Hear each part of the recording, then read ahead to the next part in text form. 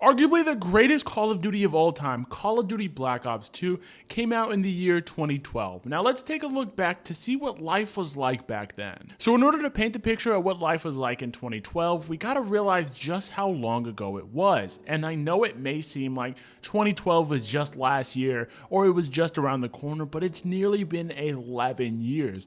4,037 days to be exact, since Call of Duty Black Ops 2 was released. 2012 was just a very interesting year, the quote-unquote end of the world.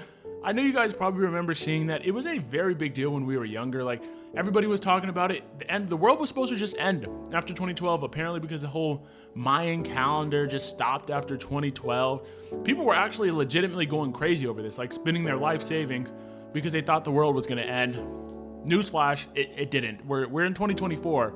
That never happened. Now that I'm thinking about it, there actually was a movie that came out called 2012, and it was supposed to be what was gonna happen at the end of the world. I remember being terrified, like legitimately terrified that the world was gonna end. But in all seriousness, I feel like music always does a really good job of bringing you back to a certain time period from the first time you heard it, and I feel like that's important to talk about, especially when going back in 2012. And I'll be the first to say 2012 definitely had some great songs. Just going through this list, there's countless songs that I still think about to this day, and every time I hear it, I'm like, dang, that takes me back. Songs like Whistle and Good Feeling by Flo Rida, Some Nights by Fun, Wild Ones by Flo Rida again, What Makes You Beautiful by One Direction, Starships, Nicki Minaj, We Found Love, Calvin Harris and Rihanna, Payphone by Maroon 5 and Wiz Khalifa. But the two songs I feel like genuinely defined this year, and by defined I mean you just couldn't go anywhere without hearing them, is Call Me Maybe and Gangnam Style. Literally nowhere you could go, you would not hear that song. It was literally everywhere. Especially Gangnam Style. It's crazy that this song blew up. It just kind of happened out of nowhere. But I'm telling you, there was not a single place you could go without hearing Now that you got the picture of what we were listening to in 2012, let's talk about what we were watching. Some of the most iconic TV shows and movies came out this year. Movies like the original Avengers, this is where we saw the beginning of what we know it as the Marvel Cinematic Universe. It's crazy that this is the year that it all started. We saw them all together for the first time. The Dark Knight Rises also came out this year. 21 Jump Street came out and was one of the biggest comedies of the entire year. We also had The Amazing Spider-Man come out. It was Andrew Garfield's debut as Spider-Man, the very first time we had another Spider-Man besides Tobey Maguire. We also had the Twilight series coming to an end, which was a very big thing. Like, it was a huge thing, the whole Jacob versus Edward, choose a side. Unfortunately, that was a really big deal in 2012. Really big deal. Like, it was even on people's emblem in Black Ops 2. Wild. But not only were the movies we were watching during this time iconic, but the TV shows would also become some of the greatest and most iconic TV shows of all time. Shows like Gravity Falls is a huge fan favorite. Adventure Time was also really big during this time. Breaking Bad and Walking Dead were both in their peak during this time as well, which are two classic shows that are probably going to go down in history as the greatest shows of all time. Sports-wise, you're also going to notice the same trend. It was an incredible year. We had the 2012 Olympics. We also had LeBron winning his first ever ring. You had Linsanity. You had Messi scoring 41 goals. Correction, it was 91 goals, not 41. That is double plus 9 than the amount I said. My bad. Continue. And to cap it all off, you had the Giants pulling off one of the greatest upsets in Super Bowl history. Social media wise, it wasn't really that big yet. Instagram was just now taking off, and the hashtag was like everything. This is when people were just like, hashtag this, hashtag that. Like, their captions were just full on sentences, but in hashtag. Like, hashtag going to the store, hashtag love and life, hashtag strive for greatness. That whole thing, it started in 2012. That's when it got really big. It was there. Yep, 2012 was the year of hashtags and the year of Instagram. This would also be the last year that the Xbox 360 and PlayStation 3 were the current gen systems. Excitement was also extremely high for the next generation of systems. You were most likely watching fake videos of what the next Xbox was gonna be. The Xbox 720, yeah, that was fake. Same with the PlayStation, we all saw those fake videos. But needless to say, Excitement was at an all-time high, but also it was the end of an era. The iconic Xbox dashboard, getting that voice message, the classic message to all recent players, the notification sound, all that would be the last time we would see it because we were moving on to a next generation of systems. So this was really the last stint we had with our current systems. Okay, so now that you got that picture of 2012, let's move on to my personal favorite part, and that's YouTube during 2012.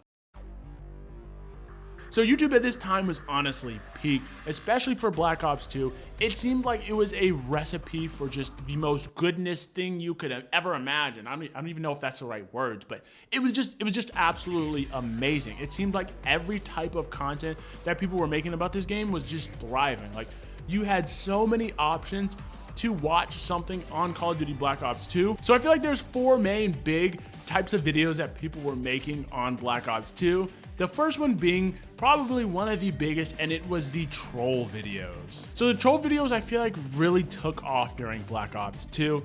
There was troll videos before, but I feel like once Black Ops 2 came out, it really went to a whole nother level with guys like KYR, Speedy, Vanoss, and so on.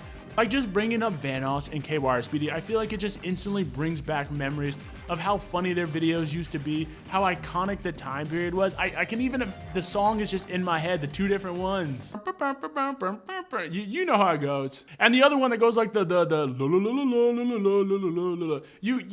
know the one I'm talking about. So like, there were so many great videos and people making videos during this time. I can't even name them all, but it was just a very good time for troll videos, and it was at its all-time high. And moving on from the troll videos, you also had the sniping videos, which I was more heavily involved in and watching. I was very invested in the sniping YouTube. Some of the more prominent YouTubers during this time, just to name a few, are guys like Rain, Adapt, Pomage, Apex. You also had clans like L7, Soar, and FaZe, who had just hit 1 million subscribers that year. Like, Black Ops 2 sniping YouTube was just unmatched. It was gradually rising, the popularity of trickshotting and sniping, until it got to Black Ops 2 when it just skyrocketed and went to an unknown height. Like, Black Ops 2 sniping and trickshotting was huge. Like, it was Black Ops 2 where we saw some of our favorite montages, some of our favorite trick shots, some of our favorite sniping feeds. It was all in this game. What also made Black Ops 2 sniping YouTube so special was it was really when people started to take it serious. People were really uploading videos on the daily. You even had guys like Rain who was double uploading, even triple uploading. Like, at that time period, uploading 3 times a day was completely unheard of, and to get that many Call of Duty videos a day was absolutely insane. Moving on from the sniping YouTubers, you also had the gameplay YouTubers, like guys like Ali, Nadeshot, Scump. You also had people like Swifter, who used to do the Swifter Says. I remember watching those videos religiously and just hoping to get on one of them one day. And I can't forget the zombies YouTubers, like guys like Noah J and Syndicate. Overall, YouTube was just very special during this time. It seemed like a lot of our favorite content creators got their start or started to really blow up during Black Ops 2, and it's definitely a big reason why we feel the way we feel about Call of Duty Black Ops 2. And last but definitely not least was the game itself, Call of Duty Black Ops 2 in its entirety. So starting off with the campaign, from start to finish, it was arguably one of the greatest campaigns we have seen in a Call of Duty. It was the first Call of Duty to ever introduce the whole multiple endings and your decisions actually having an impact. I remember the first time I completed the entire story, just sitting there in awe. I think I had like the worst possible ending, like the absolute worst. But I just remember sitting there in awe, like, wow, just how amazing of a campaign that was. This campaign truly made you feel something, especially if you spared Mason and got to see that ending where he reunited with his son. Everything down to the special ending you got where they were all in a rock band was just absolutely amazing. Multiplayer wise, it was honestly as good as it gets. It feels like everybody was happy during this time. Zombies was good, multiplayer was good, the community was just genuinely happy. Like loading into lobbies and hearing everybody's voice chat going crazy, back when they forced you into game chat if you were playing Search and Destroy, seeing everybody's emblems, it was kind of a flex to have a really cool emblem. Also, to be a master of prestige. Whatever prestige you were was a flex, it meant something, and it wasn't just a meaningless number. Like, to be a master prestige, Everybody in the lobby almost respected you because they knew the dedication that it took to become a master prestige. But all in all, 2012 in Black Ops 2 was a special game during a special time period, a time period where we didn't have much responsibility.